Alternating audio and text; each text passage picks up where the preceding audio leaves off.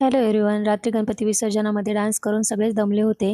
घरी आल्यानंतर गोलूनी सांगितलं की उद्या सकाळी मला साबुदाणा वडे कर खायला ब्रेकफास्टला. मग मी ब्रेकफास्टसाठी साबुदाणा वडे केले.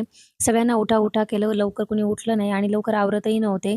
मी साबुदाणा वडे केले, घरातलं आवरलं आणि तशीच थोडंसं रागातच निघून आले पार्लरमध्ये आणि नंतर मग गोलूला वाईट वाटलं. मग त्याने मला फोन केला की "आई सॉरी, तू लवकर घरी ये आणि आपण आज मज्जा करू. आजच्या दिवस आम्ही पण घरी आहे, तर तू पण घरी राहा." म्हणून मला फोन केला. मग मी 2-3 क्लायंट केले आणि एक ड्रेस आणि थोडेसे ब्लाउज घेऊन घरी आले. मज्जा काय करायची तर आम्हाला घरातच मस्त-मस्त रेसिपीज बनवून खात-खात आम्हाला मूव्ही बघायचा होता सगळ्यांना एकत्र बसून.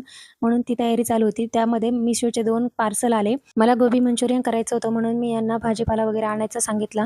त्यांनी ते सगळं भाजीपाला वगैरे घेऊन आले आणि मी लगेच इथे फ्लॉवर वगैरे कट करून इथे गोबी मंचुरियन तयार होत होते. तोपर्यंत त्यांनी पूर्ण सेटअप लावला कारण आम्हाला थिएटर इफेक्टमध्ये सगळा मूव्ही बघायचा होता. आत्ता जो आलेला आहे नवीन जारण मूव्ही तो मला बघायचा होता. गोबी मंचुरियन खूप छान झाली होती. सगळ्यांना खूप आवडली. आम्ही खात-खात मूव्हीचा आनंद घेतला आणि घरामध्ये एकदम अंधार करून, एकदम थिएटर इफेक्ट करून त्यांनी मूव्ही चालू ठेवला होता आणि मस्त नंतर आम्हाला झोप यायला लागली.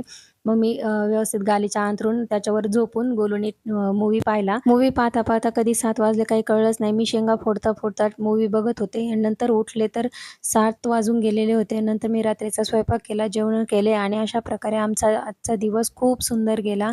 तुम्हाला हा व्हिडिओ कसा वाटला मला कमेंट करून नक्की सांगा.